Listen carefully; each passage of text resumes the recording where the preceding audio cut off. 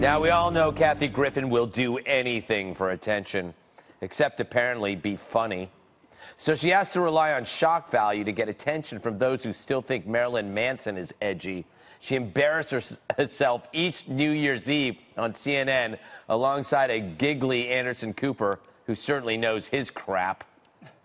I don't care what he says to the Russians. I mean, he's the president of the United States. If he wants to say that, Barack Obama wants to say whatever. If George Bush says, I looked in his eyes and thought he was took a dump on his desk, you would defend it. Oh, Mr. Pooper. So comedy's not their thing, which may be why Griffin's now embracing tragedy. Now, what we're going to show you is disturbing. So if there's kids in the room, tell them to go get you a beer. Here's Griffin in a photo shoot holding a mock decapitated head of President Trump. I'm glad we put mock in there. It's not his real head. There's also behind-the-scenes video. Tyler and I are not afraid to do images that make noise. But first, I'm an artist. Want the hair better before or after? With all the blood? Should it be more straight on like that? Nope, I'm seeing this side. More... Right like that. There you go. Okay. Just like that. You got it. We're going to go to... We have to move to Mexico today. Because we're going to get federal prison. Yeah. Call your dad. Apologize. But let's new me and Daryl just go to Mexico today. Because we're not surviving this. Okay? So brave, so edgy. Her defense, she considers this art, the kind that reflects Trump's impact. I suppose I could say the same about Griffin by simply pointing to the contents in any bus station public toilet. But if you're mentally stable, unlike Griffin, you'll see this for what it is. First, it's a beheading of the president. Imagine how CNN would react if it were President Obama or Hillary Clinton done by someone here. Brian Stelter's lip would be extra sweaty. That's indeed possible. But Griffin's art also mocks those murdered by ISIS. The joke is deliberately linked to those beheadings. The joke is not just on Donald's head, but on theirs as well. So sure, call it art, but we know what it is. It's a cop-out. You're milking attention through an infantile effort to enrage. So if we get mad, you win. So we should shrug instead. I'd say Kathy should hang her head in shame, but she must know what shame is first.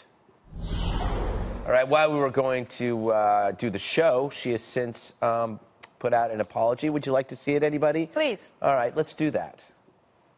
Hey, everybody. It's me, Kathy Griffin. I sincerely apologize. I am just now seeing the reaction of these images. I'm a comic. I crossed the line. I moved the line. Then I crossed it. I went way too far. The image is too disturbing. I understand how it offends people. It wasn't funny. I get it. I've made a lot of mistakes in my career. I will continue. I asked your forgiveness, taking down the image, going to ask the photographer to take down the image, and I beg for your forgiveness. I went too far. I made a mistake, and I was wrong. It's all contrived. You think so? Yeah. Yeah. I think it's, because if you, in there, sorry, I just jumped in there. That's all right. In the monologue, you showed the video behind the scenes where she's talking to the photographer. She's saying, call your dad, tell him that we're not going to survive this. Right. So the whole thing is manufactured. Free speech does not mean that it's free of consequences. Right. And she said, I'm going to stand by my art. But she's not. She's a total wimp. What she actually wanted was to get this picture on there, to have the shock value, create the firestorm, and then be able to do the apology so that she can get a ton of attention. Yeah. I don't believe her at all. Yeah. No, and I'm actually a pretty nice person. You are. Pretty And I actually don't. I would think she's disagree lying. with that. She's very mean behind the scenes. I want everybody to know that. Exactly. You can't look at her in the eye when she's in the green room. She puts little labels on all the food. This is Dana's. Yo, Jesse. So pre-scheduled apology. Is that what that was? Yeah, I think it was. Yeah. Do you think? I mean, she's trying to be shocking, but it just feels so sad that you have to resort to this. And it was pre-planned. I mean, this is what she's. Yeah. She already knew what she was doing. No, it seemed desperate. She wanted the attention, and she got it. Now we don't know whether she's going to pay the price for it. Do people want to watch New Year's on CNN and then think of Kathy Griffin holding a bloody Trump head? CNN's going to have to make that decision. No, watch Fox instead. Yeah, watch KG ring in the New Year's instead. Oh, no, so, now you're in. Oh, now you're in. Now she has to do it. You're committed.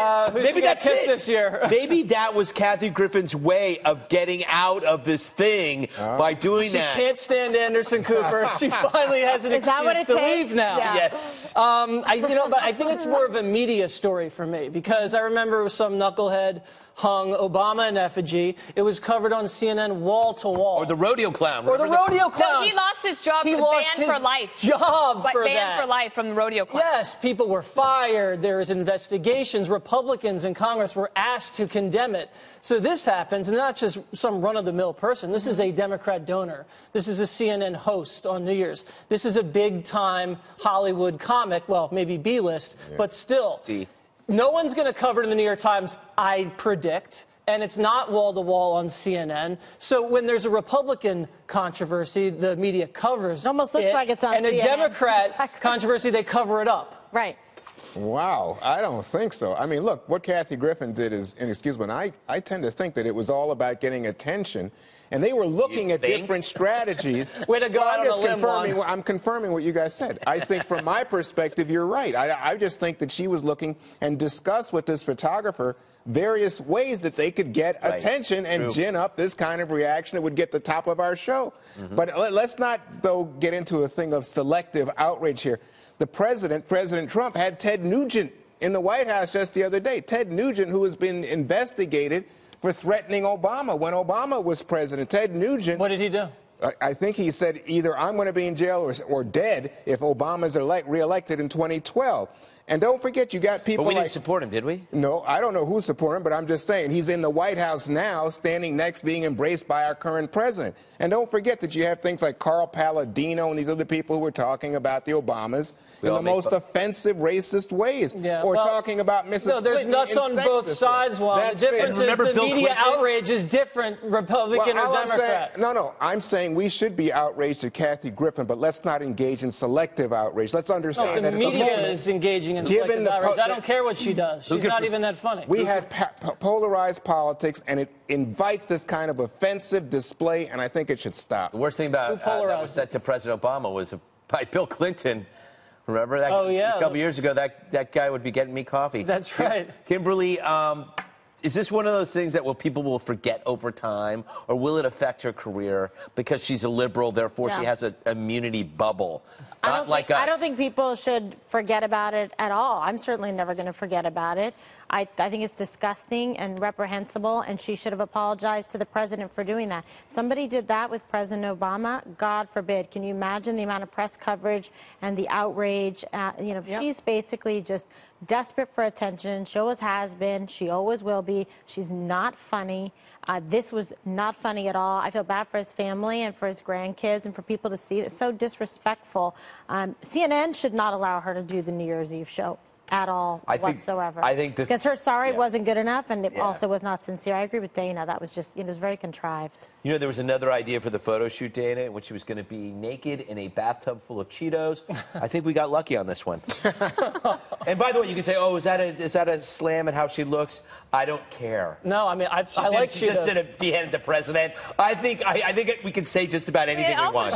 It also doesn't help the left. Like, if she thinks she's actually helping advance the left's cause, like that they have better ideas than President Trump and the Republicans, this actually just sets them back. Especially when it comes to the fact that we are dealing with an enemy who uses beheadings to try to advance an ideological agenda.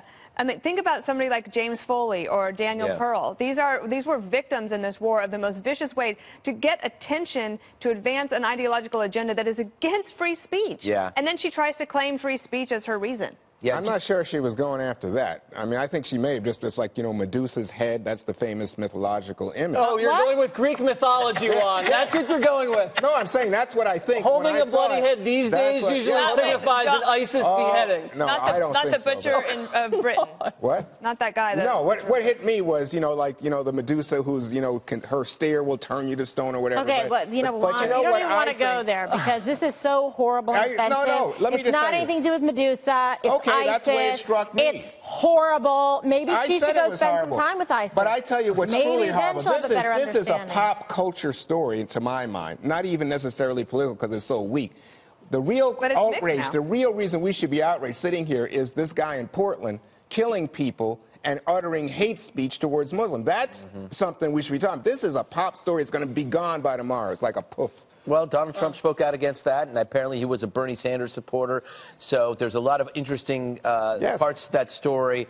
The dude showed up at Trump rallies and freaked people out. They made him leave. He was a complete psycho. So yeah, you're right. Dead. Yeah, yes, we're aware of that, and it is outrageous. But we're doing this story right now. I'm just wondering if the whole idea is this art just covers everything. Nope. Because an excuse. I could have used that excuse a few times myself.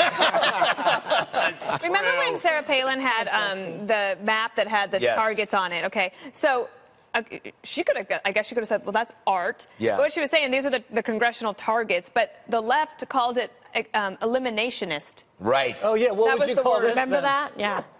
What would I call this? Ridiculous. I just hope Stelter covers this on the weekend, because it's a CNN person. Or maybe some of those suits that they're dealing with. Who knows? Don't hear much about those suits, do you?